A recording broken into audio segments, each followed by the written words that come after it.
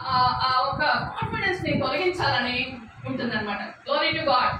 Okay, అయితే ఆ శత్రువు ఎలా ఉందంట, కొంచెంది. మనకు తెలుసా, మనము పాము మన దగ్గరకు వచ్చి కాటు వేసి బుస్ కొట్టేంత వరకు మనకు తెలియదు ఎలా వస్తుందో.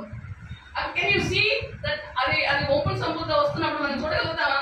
శబ్దం లేకుండా వస్తుంది. ఒకవేళ అది ఎదురుగా వస్తుంటే మన డైరెక్షన్ అలా ఉంటే మనం చూడగలుగుతాం. కానీ ఇఫ్ ఇట్ ఇస్ కమింగ్ ఇటు నుంచో, ఎటు నుంచో, కాళ్ళ నుంచో, ఎక్కడి నుంచో వస్తుంది అనుకో, పచ్చ గడ్డి నుంచో లేకపోతే ఏదో అటు ఇటు వస్తుంది అనుకో, అది దగ్గరకు వచ్చి కాటు వేసేంత వరకు మనకు తెలియదు. మనం బాగున్నానే, నేను చక్కగా ఉన్నాను, నేను బాగున్నాను, నేను చక్కగా స్టేజీ పైన ఉన్నాను, నేను ఎక్కడున్నాను అక్కడ ఉన్నాను మనం అనుకోవచ్చు. కానీ శత్రువు సాధారణ ఎలా డిజైన్ చేశాడంటే, మనం ఉన్న చోట మనము కాటు వేయాలనేది వస్తుంది. Okay, next sister. నీ ఎడలడానికి వాంఛ కలుగును. Glory to God. వాంఛ అంటే అది వాంఛ, అది దాన్ని ఇష్టపడుతుంది అనమాట. ఈ పాపం ఏం చేస్తుంది, అది ఇష్టపడుతుంది. అంటే ఇంగ్లీష్ లో ఎంత చక్కటి మాట ఉందంటే,